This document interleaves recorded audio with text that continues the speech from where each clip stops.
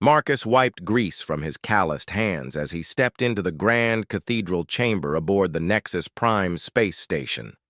The massive pipe organ towered before him like a metallic mountain, its thousands of pipes gleaming under the artificial starlight that filtered through the transparent dome above.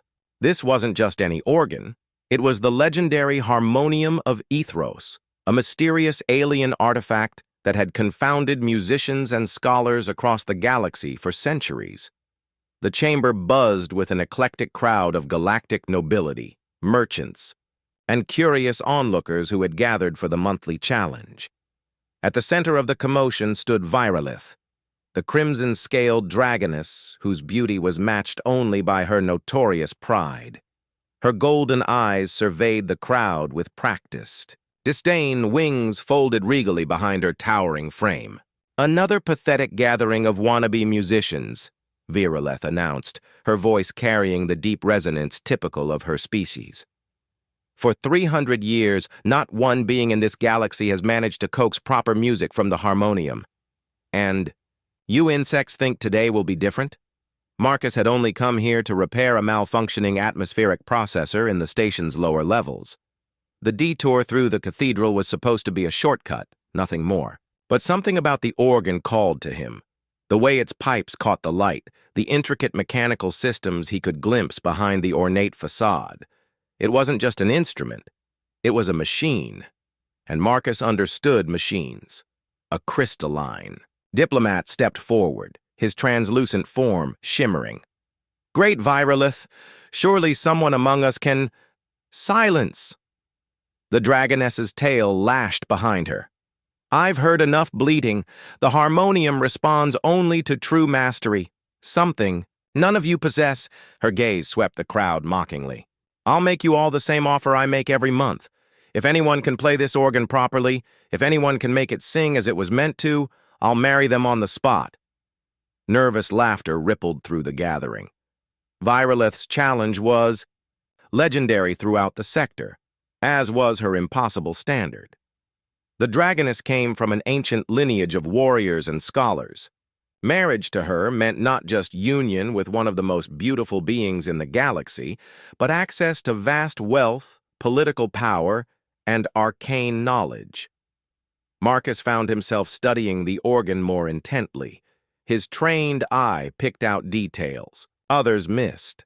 The subtle asymmetries in pipe placement, the unusual resonance chambers, the way certain sections seemed designed for frequencies beyond normal hearing range. This wasn't just a musical instrument. It was an engineering marvel, built by a species that understood sound as both art and science. "What about you, grease monkey?" Marcus looked up to find Virolith's molten gaze fixed on him. The crowd turned, surprised to notice the human mechanic in his simple work coveralls standing among the finely dressed nobles. "Me?" Marcus asked, genuinely confused. "Yes, you. The human hiding in the back. Don't tell me you're too intimidated to try." Her laugh was like controlled thunder.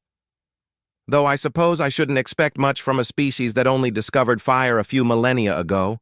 Something in her tone sparked a familiar feeling in Marcus.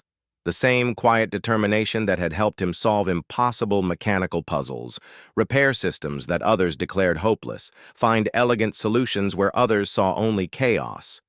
Humans might be young by galactic standards, but they had something unique.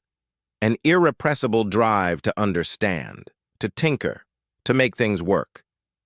"I'll try," Marcus said simply. The crowd murmured in surprise. Virolith's eyes narrowed with interest and amusement. A human mechanic thinks he can succeed where composers, maestros, and sonic engineers have failed? This should be entertaining. Marcus approached the massive organ bench, his work boots echoing in the suddenly quiet chamber. Up close, the instrument was even more impressive and more clearly mechanical. His fingers traced the keys, feeling their weight and response.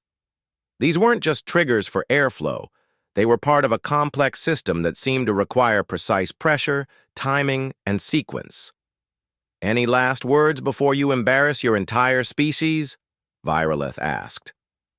Marcus smiled, the expression of someone who had just figured out how an impossible machine was supposed to work. You know, I've spent my whole life fixing things nobody else could figure out. Engines, life support systems, hyperdrives, they all have one thing in common. And what's that? She asked, her tone still mocking but with a hint of genuine curiosity. They want to work. Every machine has a purpose, a function it was designed to fulfill. The trick isn't forcing it to obey you, it's understanding what it needs to do its job properly. Without fanfare, Marcus began to play. But he didn't approach the harmonium like a traditional musician. Instead, he treated it like what it was, a sophisticated machine that had been waiting 3 centuries for someone to operate it correctly. His hands moved across the keys with the same precision he used to calibrate delicate instruments. He listened not just to the notes, but to the mechanical responses, the whisper of air through pipes, the subtle harmonics that indicated proper resonance, the almost subsonic vibrations that suggested the organ was designed to interface with frequencies beyond human hearing. The first notes were tentative, experimental, but as Marcus began to understand the instrument's true nature, something extraordinary happened. The harmonium began to sing, not just music, but something deeper. The pipes resonated with harmonics that seemed to touch the quantum level, creating sounds that bypassed the ears and spoke directly to consciousness itself. The music that emerged wasn't any earthly composition. It was something the organ itself seemed to know. A song written in the physics of space-time, in the fundamental frequencies that underlay reality. Marcus didn't play the harmonium so much as conduct a conversation with it, his mechanical intuition, guiding him to unlock secrets that had been waiting centuries for the right touch. As the final notes faded, the chamber fell into absolute silence. Then, slowly, spontaneous applause erupted from the crowd. But Marcus barely noticed. He was looking at Viroleth, whose expression had transformed from mockery to something approaching awe. "Impossible," she whispered. "The harmonium hasn't sung like that since the architects vanished. How did you—" Marcus stood, wiping his hands on his coveralls again. A nervous habit. "Like I said, every machine wants to work. You just have to listen to what it's trying to tell you." Viroleth stared at him for a long moment, her golden eyes unreadable. The crowd held its collective breath. Then, incredibly, the proud dragoness began to laugh, not with mockery this time, but with genuine delight. "Well played, human. Well played indeed." She stepped closer, her massive form somehow graceful. "It seems I underestimated your species. A mechanic who can unlock the secrets of the architects themselves." She paused, studying him with new respect. "I suppose I did. Make a promise," Marcus blinked. "You don't actually have to—" "A dragoness never breaks her word," Viroleth interrupted. "Besides, any being who can make the harmonium sing deserves a closer look. Tell me, mechanic, do you always solve impossible problems so elegantly?" As the crowd buzzed with excitement and disbelief, Marcus realized his shortcut had just become the longest detour of his life. But looking into Viroleth's eyes, seeing genuine curiosity and respect replace the earlier disdain, he found he didn't mind at all. After all, he'd always been good at fixing things. Maybe it was time to try building something instead.